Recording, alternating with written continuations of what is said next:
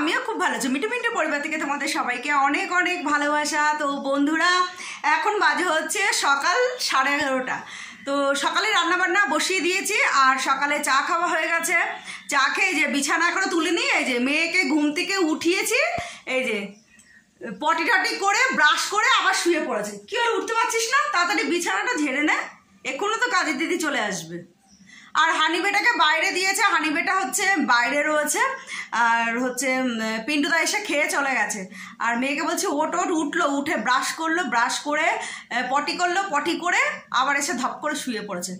মানে কি বলবো, ওকেও সারাদিন ওকে ল্যাদ খেতে দাও, সারাদিন ল্যাদ খেয়ে পড়ে থাকবে। তো যাই হোক বন্ধুরা, প্রচণ্ড কুড়ে সারাদিনে কি কাজ করে জানো? ও বাড়ি থাকলে আর কি বিছানাটা একটু ঝাড়ে, হানিবেটার খাঁচাটা একটু পরিষ্কার করে, আর হচ্ছে করে ঠাকুরঘরটা একটু মোছে, কেননা দিদিকে দিয়ে ঠাকুরঘর মোছাই না।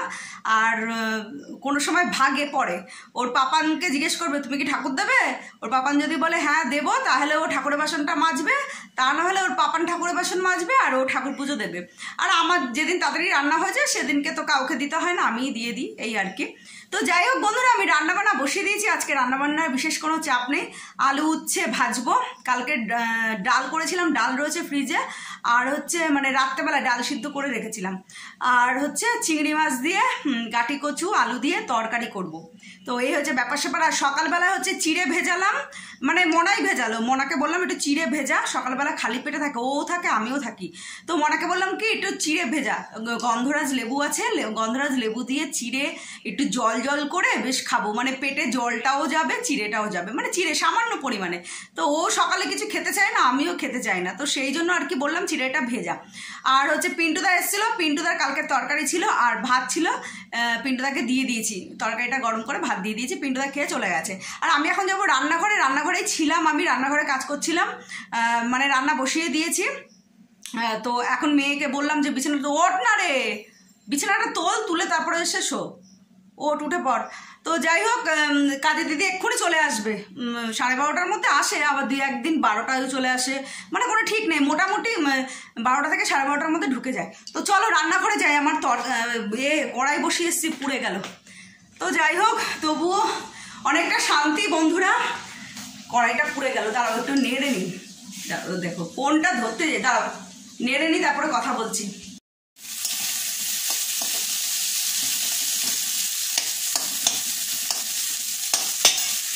তো এই যে উচ্ছে আলু পেঁয়াজ, 5 ফোড়ন আর পেঁয়াজ ফোড়ন দিয়েছি। আর এই যে গাঁটি কচু আর আলু কেটে রেখেছি, গাঁটি কচুটা একটু ভাপ দিয়ে রেখেছি। আর হচ্ছে এই যে এইটাই চিংড়ি মাছ আছে, হাফ চিংড়ি মাছ ওই কড়াইতে নিলাম, আর হাফ চিংড়ি মাছ এতে আছে। তো চলো ঝপাঝপ রান্না সেরে নিই, তারপর রান্না করতে করতে দেখছি আর কি করা যায়। তো এই হচ্ছে ব্যাপার স্যাপার। তো বসিয়ে দিয়েছি, ঝপাঝপ করে নিই। আর কালকে ইলিশ মাছ করেছিলাম না, তো এখনো 2 পিস 3 পিস 4 পিস মতো ইলিশ মাছ আছে। মনা তো খায় না, আমি আর পিন্টুদা খাই, তো সেই ইলিশ মাছের তরকারি আছে। আর হচ্ছে সেই জন্য আজকে আর কোনো মাছ টাছ বের করিনি ফ্রিজ থেকে, শুধু চিংড়ি মাছটা গাঁটি কচু আলু দিয়ে করব। আর হচ্ছে কালকের মাছ আছে, আর আলু হচ্ছে ভাজছি, আর হচ্ছে ভাত করব। আর দেখি কাজ করতে করতে আর যদি কিছু করতে হয়, আর মেয়ে দেখি ডিমের পোচ যদি খাই, পোচ করে দেবো সেটা খাওয়ার সময়। আর তা না হলে একটা ডিম সিদ্ধ যদি খায়, তাহলে ডিম সিদ্ধটা এখন করে রাখবো। তো এই হচ্ছে ব্যাপার। আর আজকে না অনেক কাজ করব বন্ধুরা, অনেক দিন পর একটু ভালো লাগছে, কেননা একটু বৃষ্টি হয়েছে, তো ওয়েদারটা একটু ঠান্ডা হয়েছে আর ভালো লাগছে। দেখো চোখ মুখটাও ফ্রেশ লাগছে, তো দেখো, তাই না?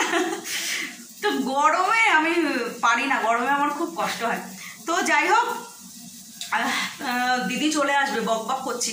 তো আজকে অনেক কাজ করব, আজকে সব ঘরের আলমারিগুলো গুছাবো। তো অনেক কাজ আমার জমে রয়েছে জানো তো বন্ধুরা, তো কাজ আর করা হচ্ছে না। তো যাই হোক, একটা একটা করে আলমারি ধরবো আর গুছাবো।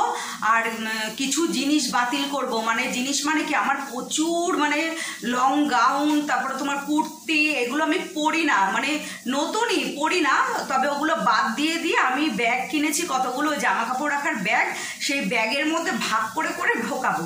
আর একটা ব্লাউজ রাখবো, একটা সায়া রাখবো, কেননা আগের পুরোনো ব্যাগগুলো না ছিঁড়ে গেছে, মানে যেগুলো জামা কাপড় রাখি আর কি।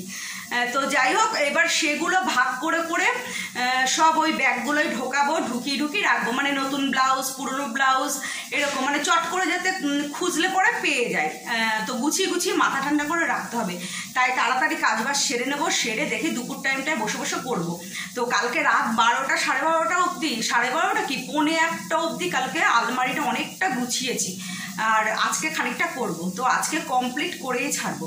তো যাই হোক বন্ধুরা, এখনো অনেক কাজ আছে, বক করবো না, তাড়াতাড়ি রান্না সারবো, রান্না সেরে গ্যাস মুছবো, আর হচ্ছে যে বাসনগুলো বের হয় সেইগুলো মাজবো, আর দিদি তো শুধু কড়াইটা মাজবে, তারপরে গিয়ে বেসিং মাজবো, দুটো বেসিং মাজবো, মেজে তারপরে ঠাকুরের বাসন মাজবো। এখন যদি বাপ মেয়ে দুজনে ঠাকুরের বাসন না মাজে তখন আমি মাজবো, আর আমার তাড়াতাড়ি কাজ হয়ে গেলে আমি ঠাকুরের বাসন মেজে দিই, পুজোও দিয়ে দিই।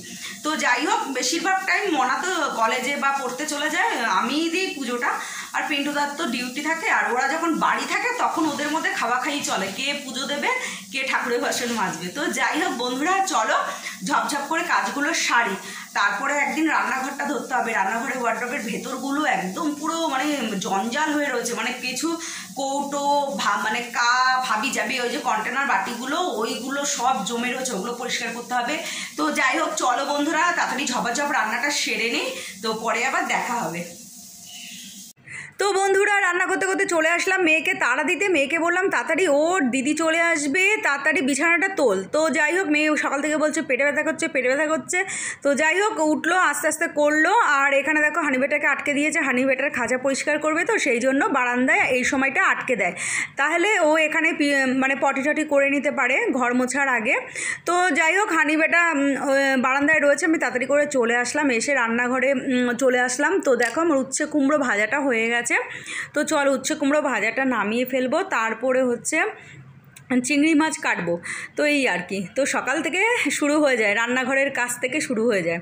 তো চলো রান্নাবান্নাগুলো সেরে নিই, একটু ঢং করছি তোমাদের সাথে।